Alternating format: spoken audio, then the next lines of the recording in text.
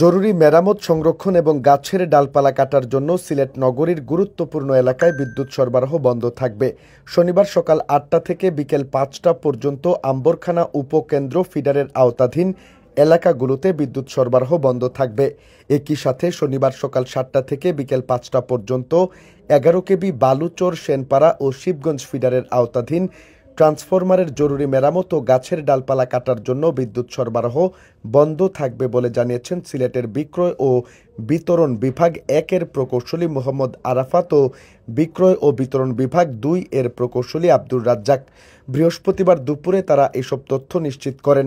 বিদ্যুৎ বিভাগ জানায়, শনিবার সকাল ৮টা থেকে বিকেল ৫টা পর্যন্ত ৩৩/১১ কেবি আম্বরখানা উপকেন্দ্রের ১১ কেবি ফিডারের আওতাধীন electric supply road, Ambarkhana point, Roy Hossain গলি, মজুমদারি, সৈয়দ মগনি, লেচুবাগান, পীর মহল্লা, হাউজিং এস্টেট, জালালাবাদ আবাসিক এলাকা, দরগা গেট, চন্দনটোলা, ঘূর্ণি আবাসিক এলাকা, দরগা মহল্লা, গোরগোবিন্দ টিলা, চৌহাট্টা, জিন্দাবাজার, বন্দরবাজার, পুরান লেন, লালবাজার, জল্লারপাড়, স্টেডিয়াম মার্কেট, মিয়া ফাজিল চিস্ট, পিটিআই সুবিদ বাজার, বনকলাপাড়া, কলবাখানি, চাষনি পীরের মাজার রোড, গোয়াইপাড়া, শাহী ঈদগাহ, হাজারীবাগ, টিবি গেট, উঁচা সড়ক, কাহের মিয়ার গলি, মক্তবগলি, কাজীটুলা, মিরবক্সটুলা, তাঁতিপাড়া সহ আশেপাশের এলাকায় বিদ্যুৎ সরবরাহ বন্ধ থাকবে।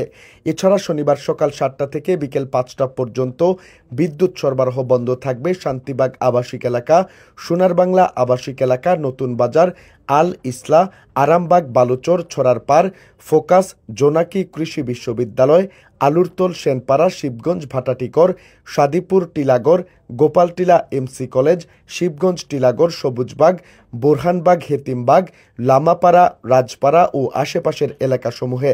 তবে নির্ধারিত সময়ের আগে কাজ শেষ হয়ে গেলে তাৎক্ষণিক বিদ্যুৎ সরবরাহ করা হবে বলেও জানিয়েছেন প্রকৌশলীরা। গ্রাহকদের সাময়িক এই অসুবিধার জন্য দুঃখ প্রকাশ করে সবার সহযোগিতা চেয়েছেন তারা।